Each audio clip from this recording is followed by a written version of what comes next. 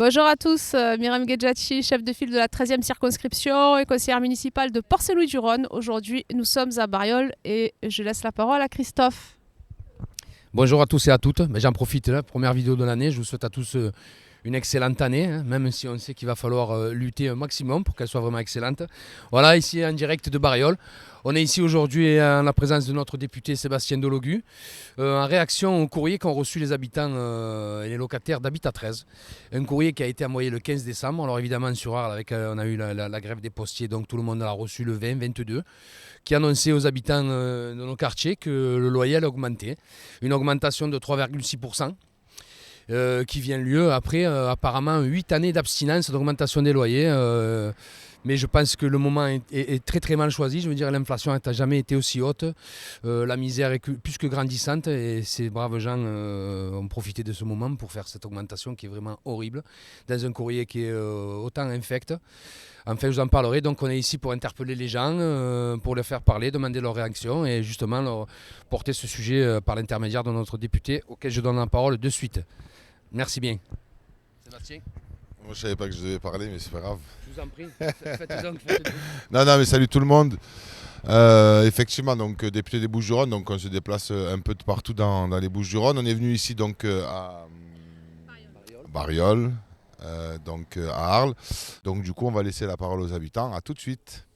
Habitat 13 aujourd'hui annonce 3,6% d'augmentation des loyers. Voilà, pour l'année 2023, alors que l'inflation n'a jamais été aussi forte. Alors, ils disent qu'ils vont compenser ça avec les charges locatives, mais on n'a pas de chiffres, contrairement aux 3,6%. Qu'est-ce que vous en pensez ?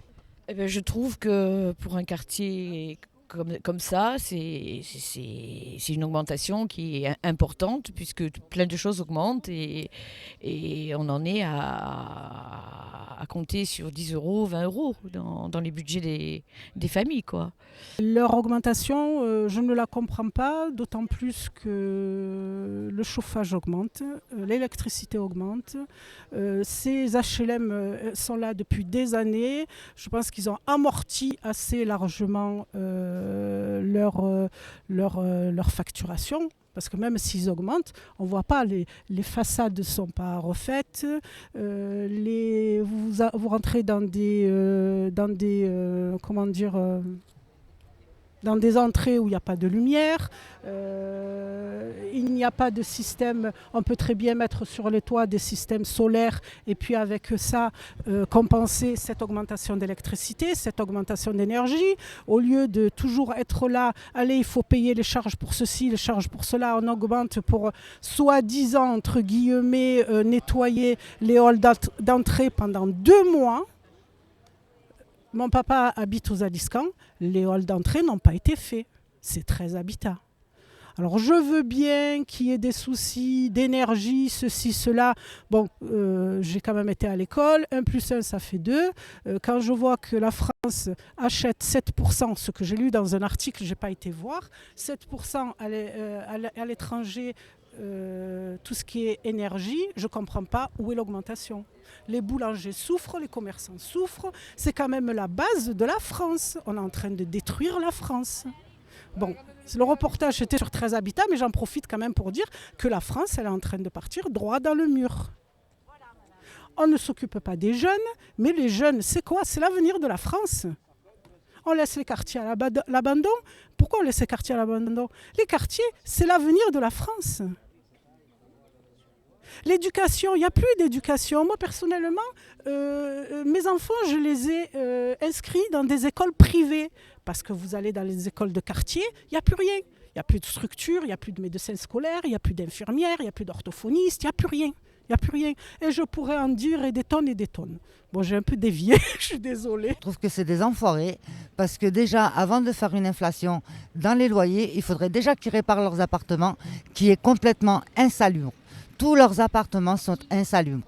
Donc avant de faire une inflation et vouloir demander que les personnes qui sont des moyens limités, qui au lieu de leur demander plus de loyer, ils devraient réparer leur appartement, les murs, ils sont, comment on dit là, quand il y a une déperdition de chaleur, Ils sont pas isolés. voilà, pas isolés, pas tout ça. Donc avant de faire ça, avant de jouer les grands seigneurs, avec les gens qui ont peu de moyens, qui fassent ce qu'il faut faire, parce que c'est des enfoirés. Et justement, ces 3,6%, ils les annoncent pour réparer justement et pour faire en sorte de mieux isoler les appartements. Qu'est-ce que vous en pensez de ça? Que ça incombe justement aux locataires? Avec les loyers qu'on leur donne déjà? Non. Ils ne devraient même pas les demander, ils devraient déjà d'abord réparer les appartements pour demander après quelque chose. Parce que ils vont les mettre dans leur poche, les sous. Ils ne vont rien réparer du tout, ça fait trop longtemps qu'on attend, que ces personnes-là aussi attendent. Donc non, ils ne devraient pas. Moi, ça, c'est une chose que je ne comprends pas. Pour tout ce qui est immeuble HLM, ce sont des parcs immobiliers qui ont été construits il y a quelques dizaines d'années et que depuis, ils devraient être rentabilisés. Donc, ça ne coûte rien.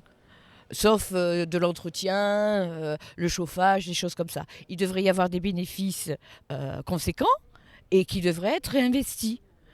Comme dans une société, on réinvestit pour améliorer la qualité de vie ou de travail. Et où passe cet argent? Rénover, là, je suis désolée, ça fait des années qu'ils touchent des loyers. On est combien sur le quartier de Bariol? Ils en ont stocké de l'argent dans leur compte. Ils ne vont pas trouver le prétexte, parce qu'ils vont rénover, d'augmenter. Je suis désolée. Il y a des gens qui habitent là depuis 40 ans, 50 ans, ils ont donné leur loyer. Où cet argent est passé? Je voudrais bien qu'on explique. Il y en a marre de dire, oui, telle société a besoin d'augmenter pour faire des choses. Mais attendez, 13 habitats, ça fait 40 ans. Les immeubles ne se sont pas faits hier. Les loyers, ils n'ont pas été payés depuis hier. Ça fait des générations et des générations que les loyers sont sur les comptes de 13 habitats. Où est cet argent? Je voudrais qu'on m'explique où passe cet argent. Voilà. Un petit message pour nos conseillers départementaux qui font partie du conseil d'administration, Monsieur Alvarez, notamment du canton d'Arles. Merci madame. Je vous en prie et bonne continuation, bon courage à vous et j'espère qu'on va trouver une petite solution, au moins une seule. Voilà. Merci, au revoir. Toujours en direct de Bariol, on est avec Nicole qui justement elle aussi est stupéfaite car elle n'a pas reçu le courrier dans sa boîte aux lettres, mais nous l'apprenons ce matin, cette hausse des loyers. Et justement on va parler, dans cette lettre, Nicole, Habitat 13 nous annonce qu'ils augmentent les loyers justement pour reconstituer leurs fonds propres. Pourtant, il s'agit quand même, Habitat 13, c'est quand même un bailleur social qui touche de l'argent de l'État, qui touche de l'argent du département. Et demander aux locataires de refaire leurs fonds propres, quand même, c'est un peu fort. Je ne sais pas, qu'est-ce que vous en pensez, vous? Je vous écoute. Eh bien, j'en pense que l'État, alors je ne sais pas s'il faut que je dise en ce moment, vu mon grand âge et qui ai vu beaucoup de présidents de gouvernement et de ministres passer, mais je trouve que nous passons une période que je ne comprends pas.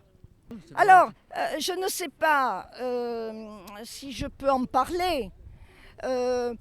L'État, parce qu'on a... parler de tout, bien sûr. Voilà, alors bon, la drogue, n'en parlons pas, c'est partout. Oui. N'en parlons plus. C'est du normal.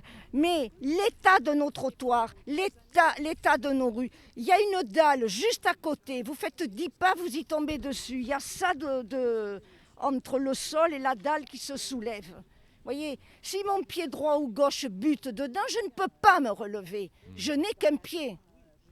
Et on prend, quand j'ai appelé la mairie, j'ai dit, vous savez, il y a des landaux, des fauteuils roulants, parce que j'en ai un aussi, si je veux. Bien sûr. Bon, et bien on m'a répondu, oh, mais à Bariol, mais il n'y a pas de fauteuil roulant, madame. Ouais, justement, par contre, en centre-ville, on n'a plus de problème. Au niveau de l'accessibilité, c'est pas mal. Les routes sont toutes refaites. Le centre-ville, c'est sûr, bien sûr. Moi, je trouve que dans ces cités chaudes, parce qu'on a des coups de revolver, on a des artifices, ils se les lancent dessus, enfin on n'a jamais la paix. Et en plus de ça, on aime, enfin, je me sens, je ne peux pas parler pour les autres, un peu paria. On est de côté. Oui, voilà. Mais l'argent, on sait nous le prendre. Évidemment. J'ai même une dame de la Poste qui m'appelle régulièrement pour que je place mon argent. Et je lui ai dit lequel. Eh bien, il faut leur demander qu'ils vous fassent un prêt à titre gratuit pour pouvoir placer. À titre gratuit, bien sûr, on me fait attendre. Là, on va faire comme eux, nous aussi on veut de l'argent facile s'il y en a. Hein. Ah non, mais alors, il y en aurait des kilos de choses à vous dire. Mais je m'en doute bien, je ne suis pas musulmane et je vis avec eux très bien par contre. Sûr, hein, je n'ai rien contre. Mais si je veux faire mes courses là dans le quartier, eh bien tout est halal. Ça aussi, c'est une anomalie. Parce que tous les commerces sont fermés, tout le monde est parti. Et oui. Eh Bon, ben, enfin voilà. Voilà, ben Nicole, en tous les cas, merci beaucoup. Merci pour votre enthousiasme et votre bonne humeur. Hein. On a fait cette interview aussi parce que Nicole est blessée à la jambe, elle a pas mal de soucis de santé. En tous les cas, merci. Et, on sera là avec notre député aujourd'hui qui s'est déplacé chez nous et on portera tout ça à l'Assemblée. Si tous les partis politiques pouvaient en faire autant, ce serait génial. Mais le problème, c'est que c'est des partis politiques. Nous, on est un mouvement et notre leitmotiv, c'est d'être près de vous. Voilà, d'être près de vous, près des... ça fait du bien, peu importe votre titre. Mais je vous voyez, en ça prie. nous fait du bien. Ben, nous aussi, ça nous fait du bien de vous entendre et Voilà. de partager ce petit moment. Merci beaucoup, Nicole. Merci. Rebonjour tout le monde. Donc vous avez peut-être entendu depuis tout à l'heure un peu les gens parler. Donc les problématiques qui ressortent ici, c'est déserts médicaux, le manque d'investissement dans le quartier. Donc du coup, il y a tout qui se dégrade et une résignation sur les augmentations des prix des produits de première nécessité et sur les prix des loyers. Donc du coup, les gens ne sont pas bêtes. On l'a bien vu aujourd'hui encore. Donc si les politiques qui sont en train de mettre en place une augmentation de leur prix de loyer en disant que c'est obligatoire pour la rénovation de leurs biens, or que ça fait 30 ans qu'il n'y a rien qui est rénové et qu'il y a beaucoup de logements insalubres ici, les gens ne sont pas bêtes et ils ont bien pris en considération le fait que cette augmentation-là est encore une augmentation qui va les précariser encore plus. Donc du coup, nous avons bien noté tout ce qui se passait ici. Nous allons donc faire un courrier en saisissant les instances pour les prévenir de ce qu'il s'y passe. Voilà, donc de toute façon, le principal était de laisser la parole aux habitants, ce qui a été fait, et je suis très ravi parce qu'il y a beaucoup de personnes qui sont venues me voir, des jeunes comme des moins jeunes, pour nous expliquer un peu tout ce qu'ils rencontraient comme problème.